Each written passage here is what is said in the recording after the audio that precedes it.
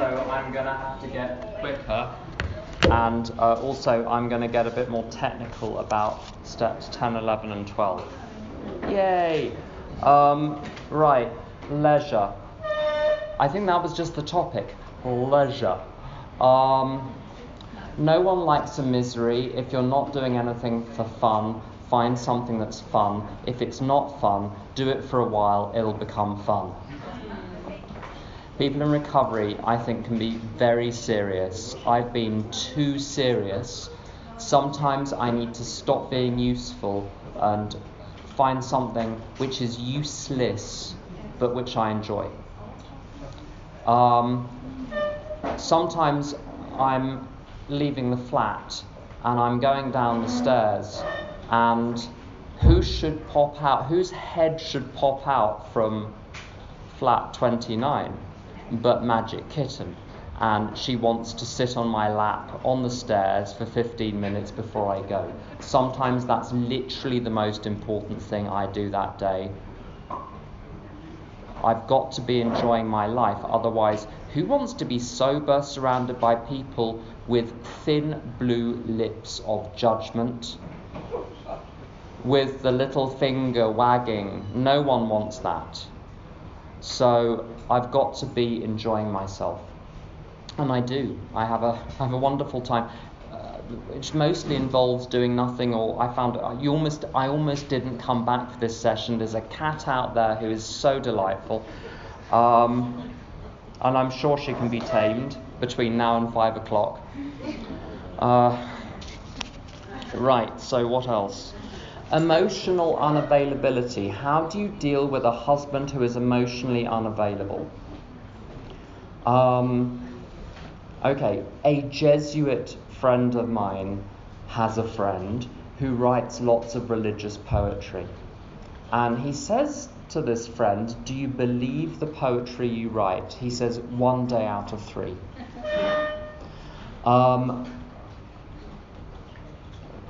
A friend of mine advised me, you're just not going to be available to everyone all the time the way you would like to be, and maybe the way your higher power would like you to be.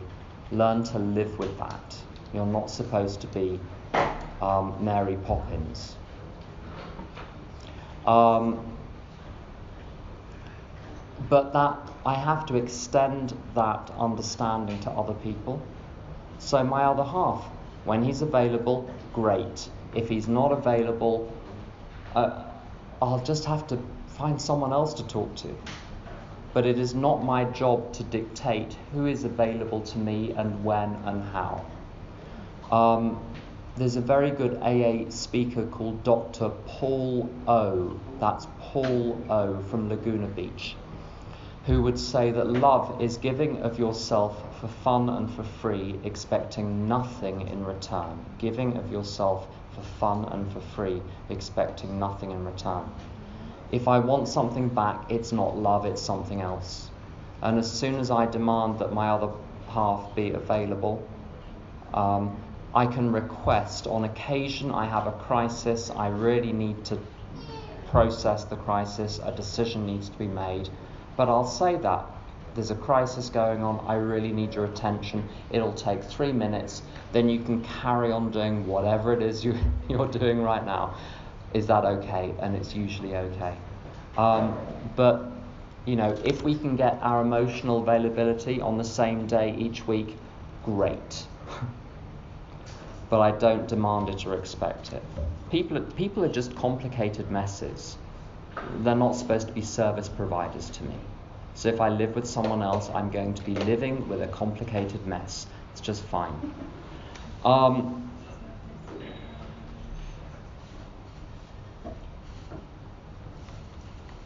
That's a difficult one. Step 10 I'm going to get to. Here's a simpler one. I want to say more about this reconnecting to society. Once every few months, I say to my higher power, as part of step 8 and 9, what am I missing?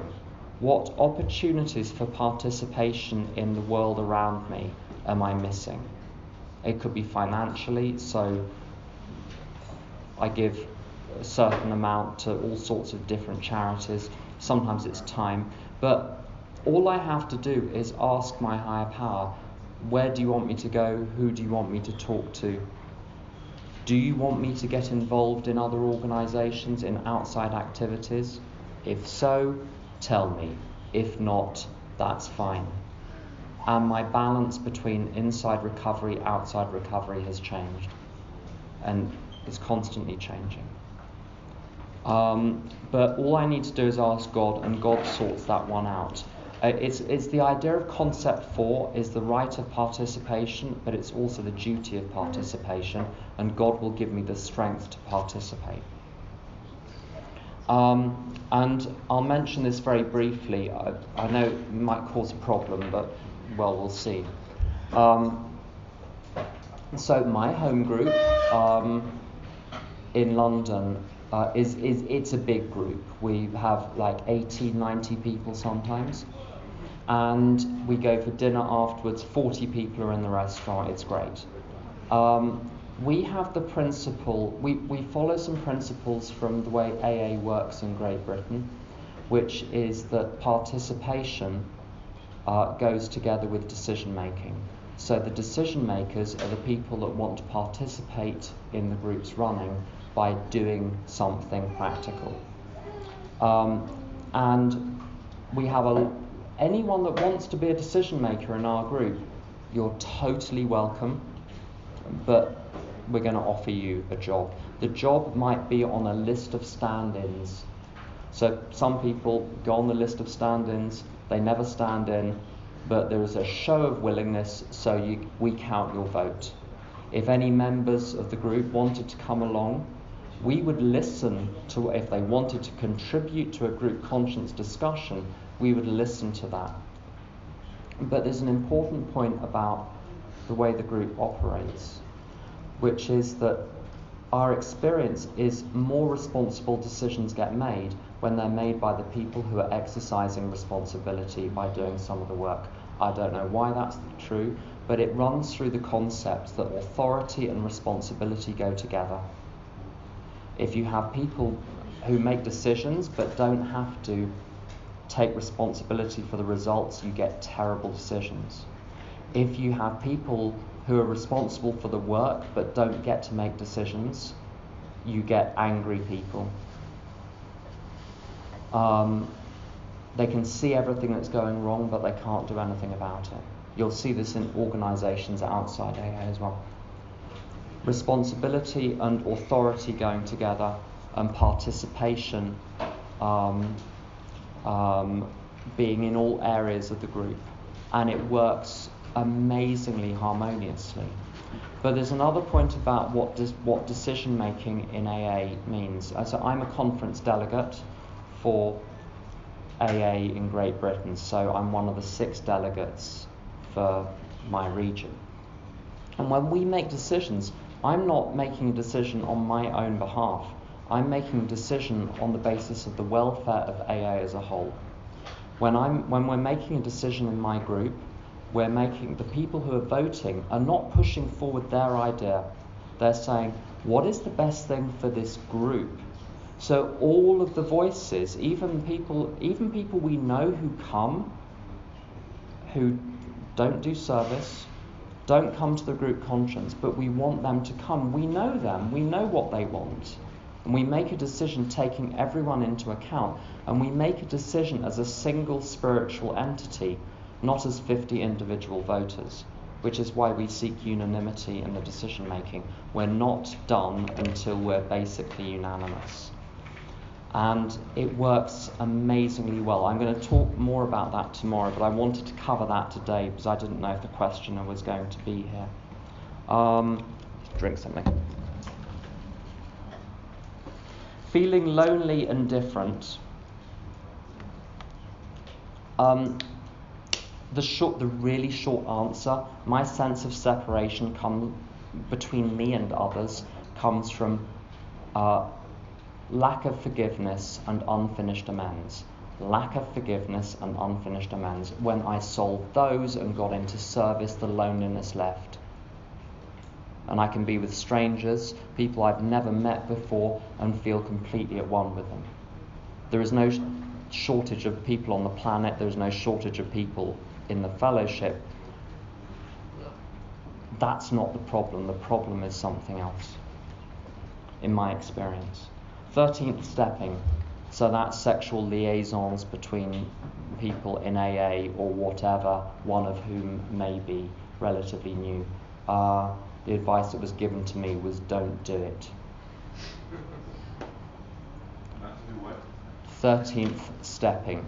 So sexual relationships with newcomers.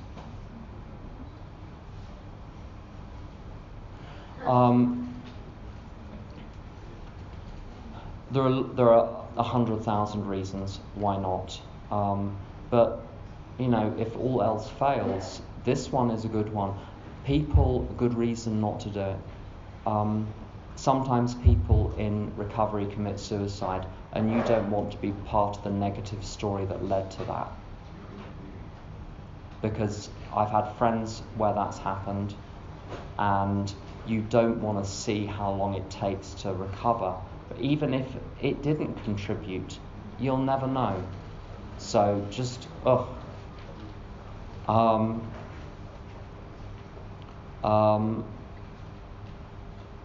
I was advised by an early sponsor, do what you need to do, but don't do it in AA.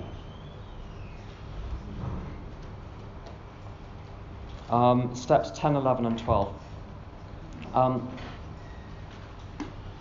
So there's a question about, in North Carolina, they call 13th stepping shooting baby ducks.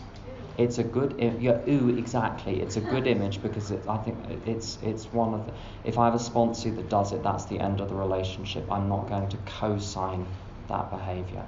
And we are very strong in my group about sexually inappropriate behaviour. It gets faced and dealt with, and if the person won't stop, they are expelled from the group, and if necessary, we call the police. They're not expelled from AA, but they can't come here. So it's in accordance with Tradition 3, because they are still a member of AA, they're just not a member of our group. And it protects a lot of people. It's what we do. And group welfare comes ahead of everything, because without the group, they can't be helped either. I've seen groups destroyed by a single person who behaves inappropriately, and no one wants to face it. So we face it. You get 4 group members who are stony, who can't be negotiated with, and you inform them politely and lovingly that if it's a bloke, don't go near the newcomer girls. In fact, don't go near the girls. If you want help with recovery, we will do anything to help you, but you stay away from the girls. And if they try to argue, this is a notification, not a negotiation. It doesn't go down well, but it's the right thing to do. And the girls, the women in the room are warned of who the individual is, and they keep the newcomer girls protected, which makes it a safe space. And my group is very unusual because it's a very, very strong group.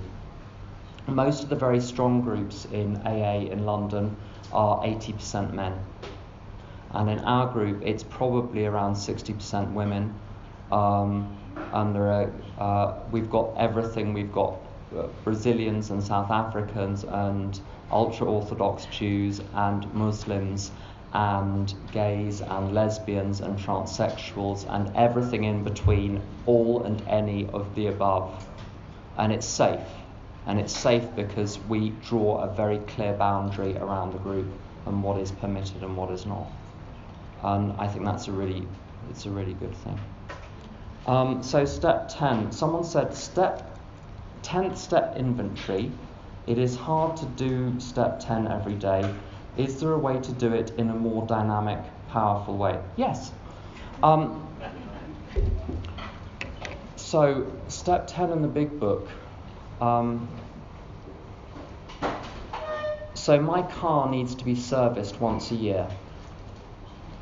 And they find things wrong that I didn't know were wrong. And that's my experience when I do a step 4 inventory. Whenever I approach my car before getting in, I look at it visually to see if it's still okay, which is a little like the step 11 review at night. So generally surveying in a quiet way, is the car still okay? Does it? And then when I get in, does it need petrol? Does it need oil? Are all the orange lights that are supposed to be on? Are all the ones which are supposed to be off? This is the daily review. And when you're driving, you need to adjust the steering wheel. And step 10 in the big book is adjusting the steering wheel. And I don't get out and inspect the car every single time I need to adjust the steering wheel. I adjust the steering wheel and carry on driving. And the instructions are on page 84 and 85, and I'm not going to, it slows things down to read them out and read the translation out. It's on page 84.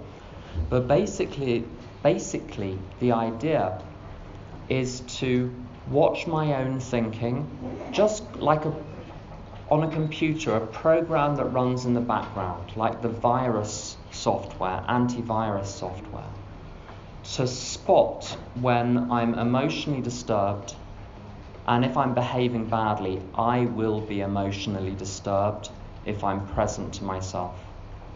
So the job is to remain present to myself without being distracted by it, so I shouldn't be constantly saying, how am I feeling? How am I feeling? How am I feeling? How am I feeling? Am I doing any better? Has it improved? Does it work yet?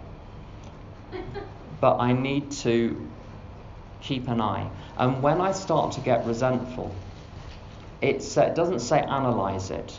It says we ask God at once to remove it. And then it gives an antidote on page 85. It's just opposite, where there's a little prayer about, I'm going to put this in different words, to say to God, how can I contribute constructively in this situation? What can I bring to this situation? These are thoughts which must go with us constantly. So it's constantly turning my thought from the inside to the outside. My basic setting is to be concerned with your conduct and my welfare, and that needs to get reversed, so I'm concerned with my conduct and your welfare. If I have a serious meltdown, which is the equivalent of the tyre exploding on the motorway, then I do need to stop. And I might need to talk to someone else. I might need to write something down. I might need to meditate for 5 or 10 minutes. But the job is to get myself in a fit state and back on the road. A business which never takes inventory goes broke. A business which only takes inventory goes broke. The shop's got to be open. Yes, there's still mess in there, but at least open the doors, let the customers come in. You don't have to wait to be perfect to open the doors of the shop. And so step 10 is really an awareness step, which takes me from first thing in the morning till when I do the inventory at the end of the day. The end of the day inventory, which is top of page 86, some people wait till 4.5 minutes before they're going to sleep. I don't find this helpful. If this is a good time for you to do inventory, good luck to you, but it's not for me. So I do the inventory, the daily inventory, either at the end of the working day to clear my head of all the junk, or first thing the next morning. Anything which the night hasn't washed out of me and is still there, then I will deal with it the next morning. But the step 11 review on page 86 is, wait for it, a meditation. So these are questions that have it memorized. Or at least what the questions are on page 86. Just memorize it. It will take half an hour, and then you have it forever. And so that I don't have to, in that meditation, stop with pens and papers and lists and templates, and I can't. I'm done with that. So I just sit with my higher power and answer the questions. Was I resentful? Yes, no. Who? And just sending them quietly up to God in the pink bubble I talked about earlier. Just let it go. I don't analyze. It doesn't say analyze the resentment. It just says, let's quote. What does it say? Were we resentful? Not if we were resentful, write 2 pages. Were we resentful?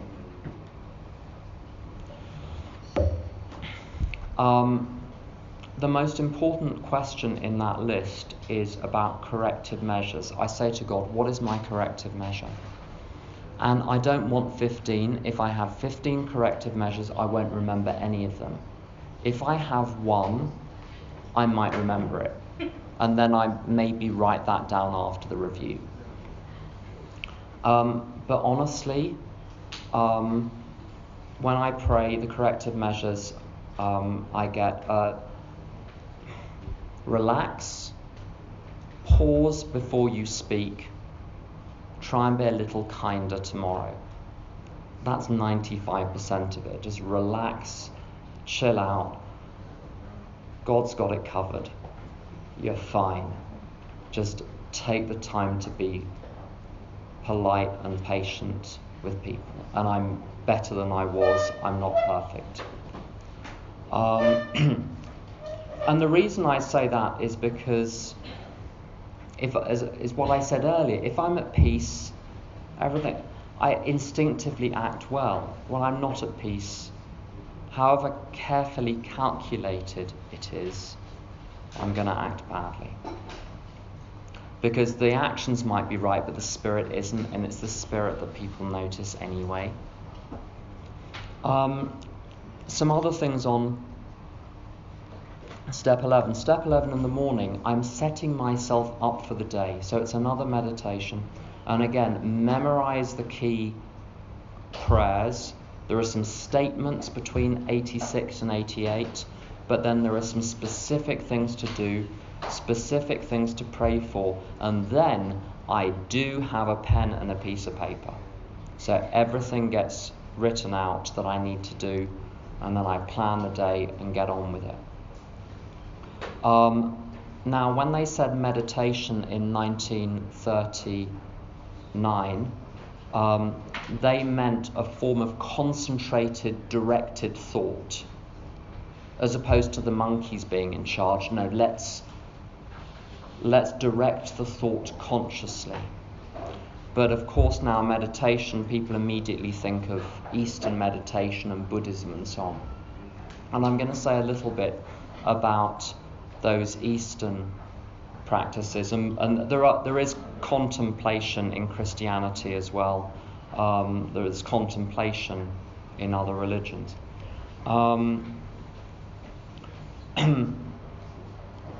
But my experience is that it was the thing that I held out against for the longest time, is doing those forms of meditation. They're not part of the AA program. So if you don't want to do those Eastern style meditations, that's fine, you're still doing the program. There are people that say, I can't meditate because I can't sit still or my thoughts are racing, but you can still do the meditation described in the big book, which is very structured. But those Eastern meditations where you just sit quietly with some music or concentrating on your breath or your body or any of those things, they're not part of the program, but I'm going to let you in with a little secret. They really help me. So I'm not saying that everyone in AA is going to end up a yoga practicing, vegan, jogging meditator. But a friend of mine says, well, that is where most of us are heading, so you might as well just start doing that now, okay? It'll save you 20 years. Or you could just wait until you're suicidal and then you'll try some of those things. Your choice. In my case, I started doing forms of meditation to basically calm my mind down and let me hang out with God when all else failed. And one thing the book says is, when all else fails, work with another alcoholic. Now that will work as far as immunity from alcohol is concerned, and it will give you it gives me a wonderful sense of connection and an emotional high. But that low-grade hum of discontentment or worry is going to need the full package of everything that God seems to have provided the universe with. There's a line on 87 where it says, there are many useful books also, make use of what religious people have to offer. So whatever people, and there are forms of, I've got friends who are who are Jewish, who are very religious, for whom the recitation of prayers is their form of meditation. If that works, there are lots of different ways of doing things. I'm just sharing what has worked for me.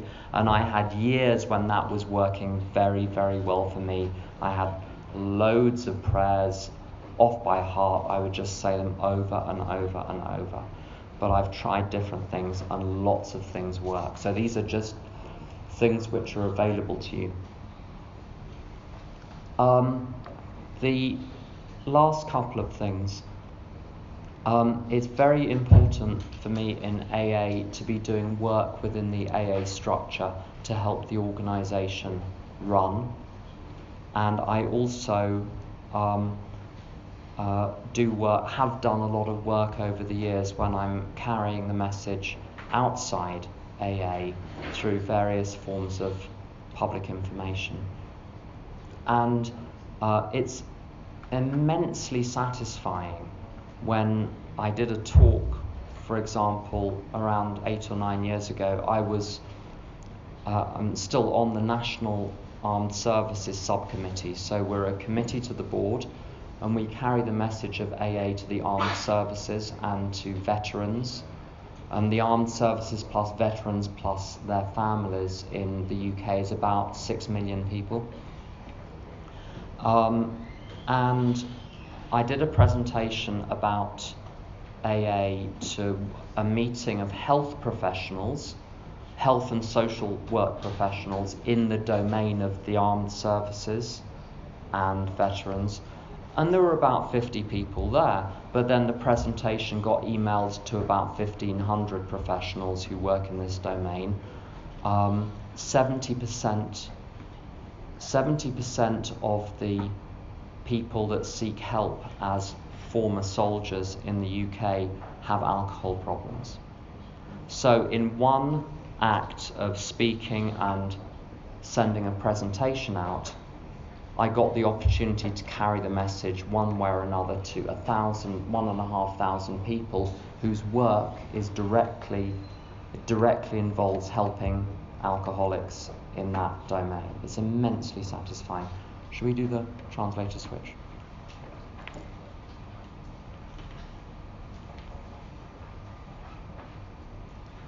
Right, you ready?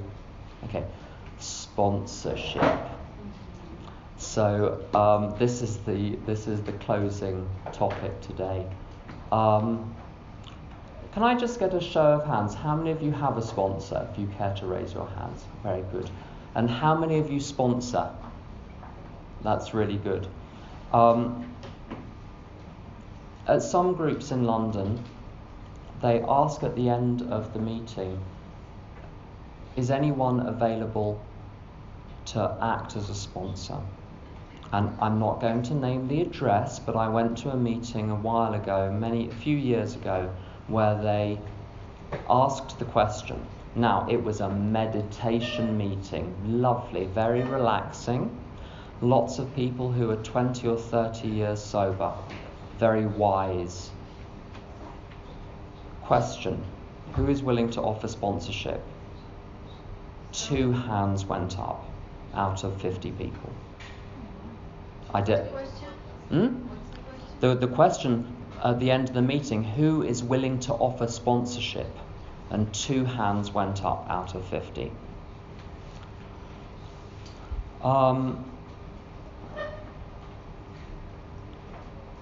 I pay very close attention when I go to an AA meeting for faces that I haven't seen before. Dr. Bob said that, who was one of our co-founders, said that the main purpose of an AA meeting, and this is a paraphrase, I'm sure someone can find the exact quotation, is to give an adequate, not perfect, an adequate presentation of the AA program.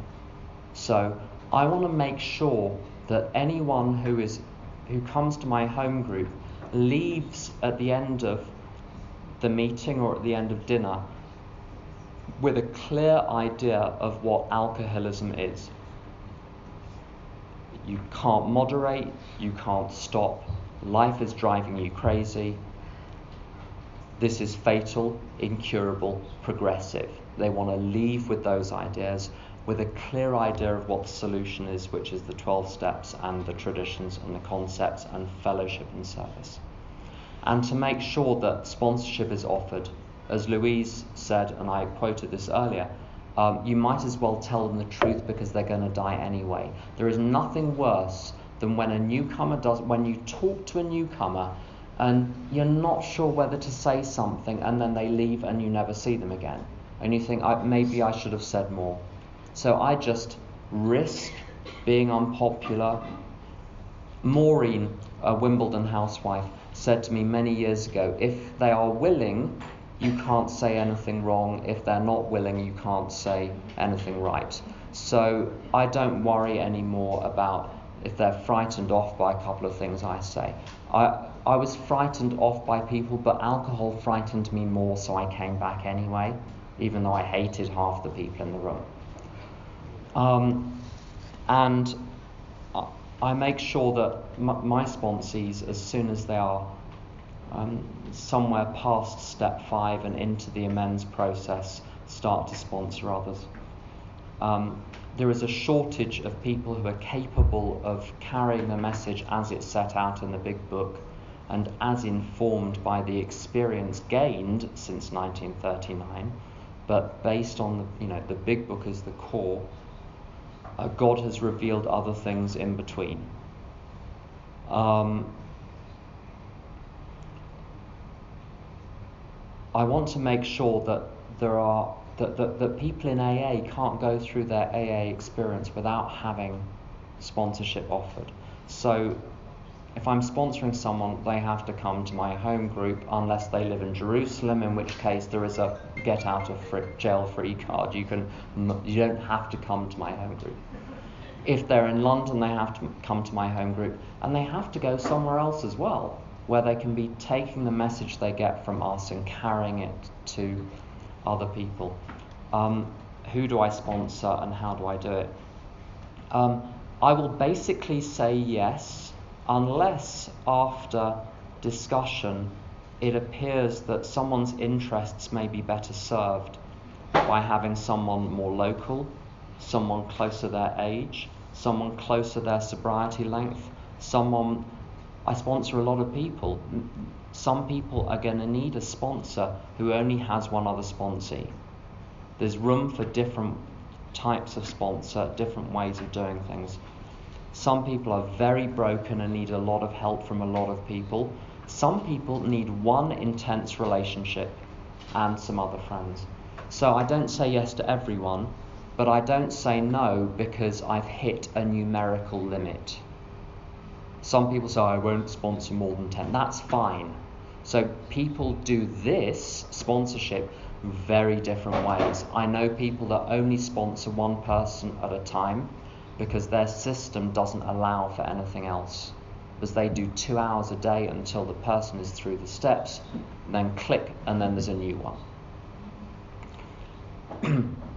I don't have daily calls, I don't have weekly calls generally, but I finish every conversation with a sponsee with, here's a suggestion for something you can do. When you've done it, call me. And I didn't mean to look at anyone in particular then. It's difficult not to though. And the reason is I've got a very busy life. I've got my own business. I teach at a university. I've got my old mother I'm looking after. I've got one other relative that sometimes needs a lot of attention. I look after the household. There's my other half, the cat. 2 home groups, service at region, service on the national subcommittee, service at conference. There's a lot in there. And so Tom said to stress pragmatism and flexibility. So if someone calls, I make myself available and say, what's the most useful thing we can do with the time? And I don't have a fixed time every week, because what I found was that people called out of guilt and obligation, not because they actually wanted a conversation, and they filled the airwaves. Someone said to me, I'm calling you because I said I would and it's out of respect.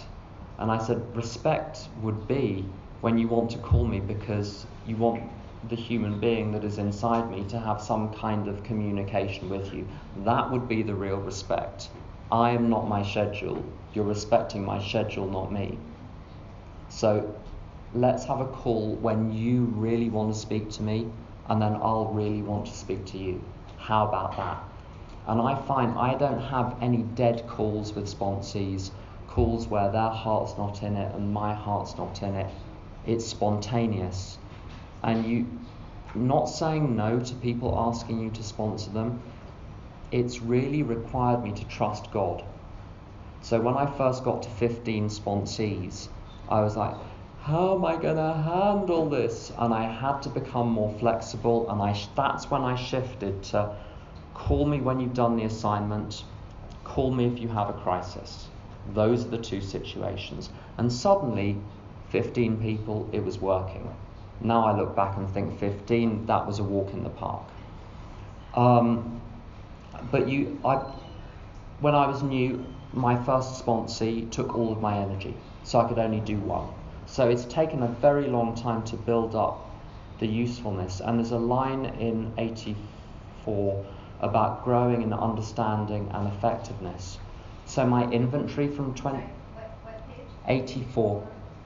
So my inventory from 1993 does not serve me now.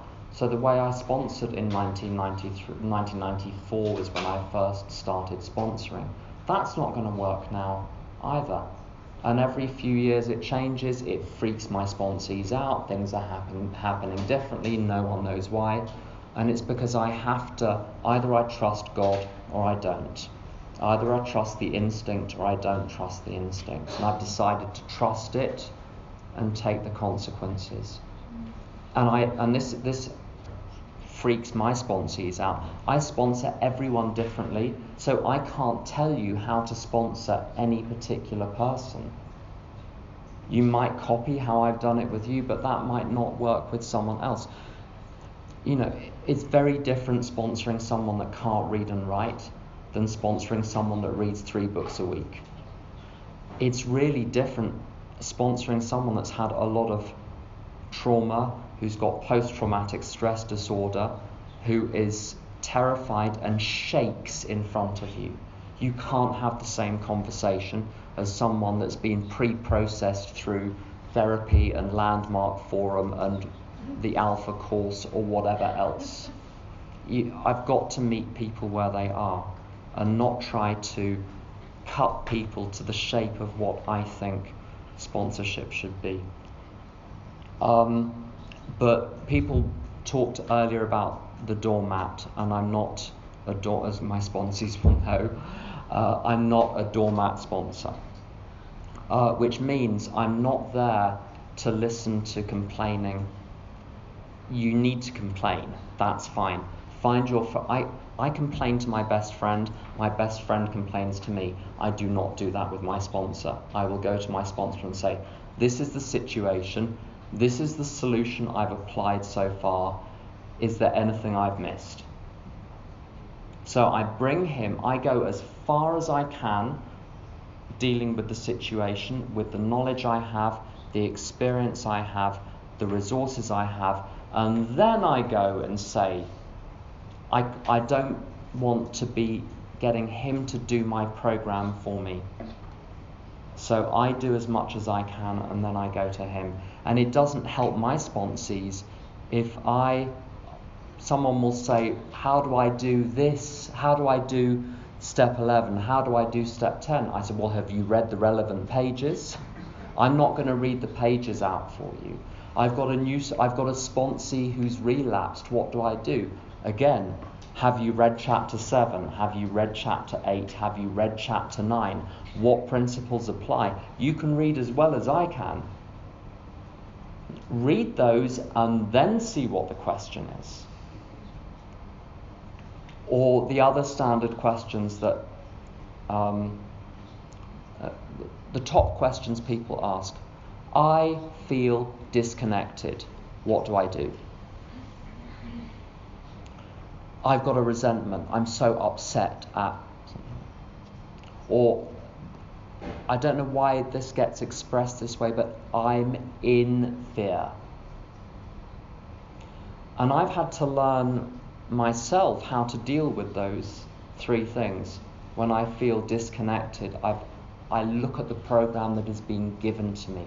I try to recall what's been told to me. And the answer is always very simple. If I'm disconnected, maybe I need to... When was the last time you went to a meeting? 6 months ago. Well, that will be why you feel disconnected. When was the last time you prayed? And they say, prayed? Okay, that might be... But my job is not to lead people through questions they already know the answers to. Otherwise, they're becoming the naughty child and I'm becoming the parent. And I've had to learn to, no offense to my own parents, I've had to learn to become my own parent and not to turn sponsors into a substitute so that I remain the child that just runs to them every time I have an emotion. But there is a place for the crisis call. And crisis, what's a crisis? Well, people's opinions vary on this. But the first thing I always ask is, okay, your problem, is it that you don't know what to do? Or you're upset and you don't know how to be not upset? And that immediately clears the mind. People think for a little bit and they say, I don't know what to do. Just this is the situation. I don't know what the right action is. And so there is a simple way through that. And the simple way through that, I give them tools of the program. I cannot make decisions for other people. But I can show them the tools of the program that can be used to make decisions. How do you make decisions? You look at facts, you look at causes and conditions, you look at the traditions, you pray, you meditate, you discuss with people with relevant knowledge. And then you check the answer out with a sponsor or a grand sponsor. With the how to not be upset, it was years before I realized as a member of AA that when I'm upset, I haven't got a new situation, I've got an old situation which is wearing a new hat, except I'm just dumb and I didn't realize it. I react to any new challenge or threat or difficulty as though the big book doesn't cover this, this is new, this is strange, but it's always been the same. I'm upset because I have a plan for this situation, the plan isn't coming off, I'm not trusting God. I go back to the existing tools, like the doctor will give you the first line of antibiotics before going to the special cupboard.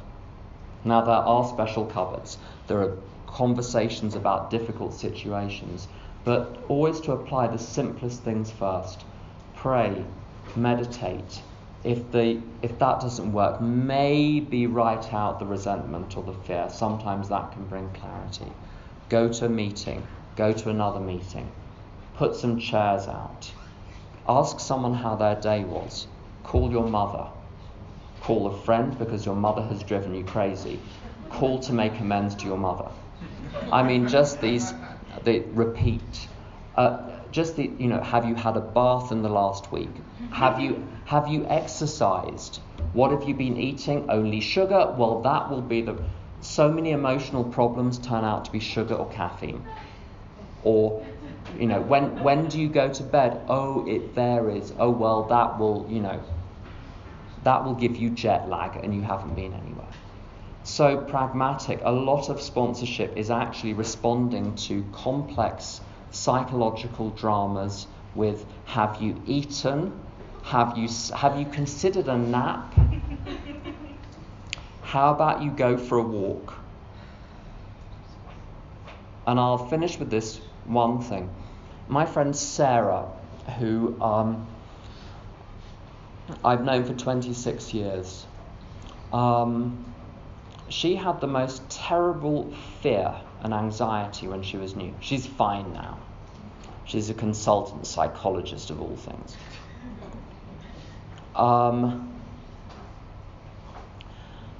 She would phone her sponsor with her terrible fear, and the sponsor would say, "Call me from the telephone box at the end of the road." And she would call her back, and the sponsor would say, "I recognise the number. That's your home number. Go to the telephone box at the end of the road." And she would call from the telephone box at the end of the road. Okay.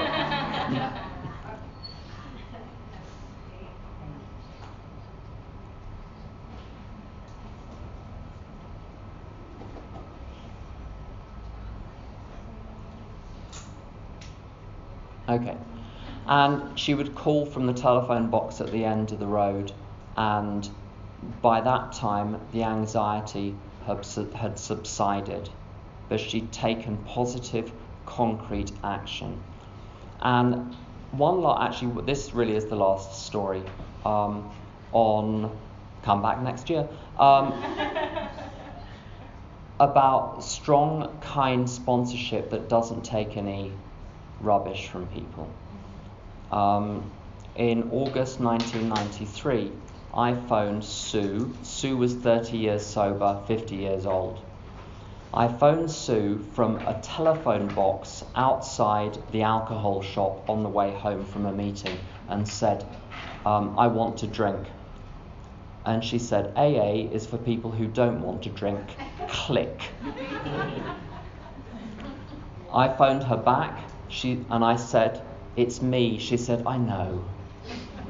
And I said, "I don't want to drink, but I'm scared I'm going to." And she said, "Now we're in business."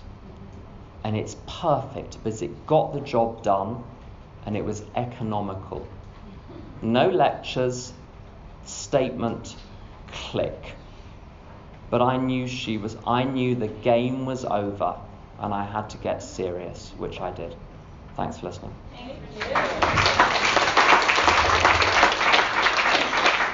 you want to come and help us close with Serenity Prayer?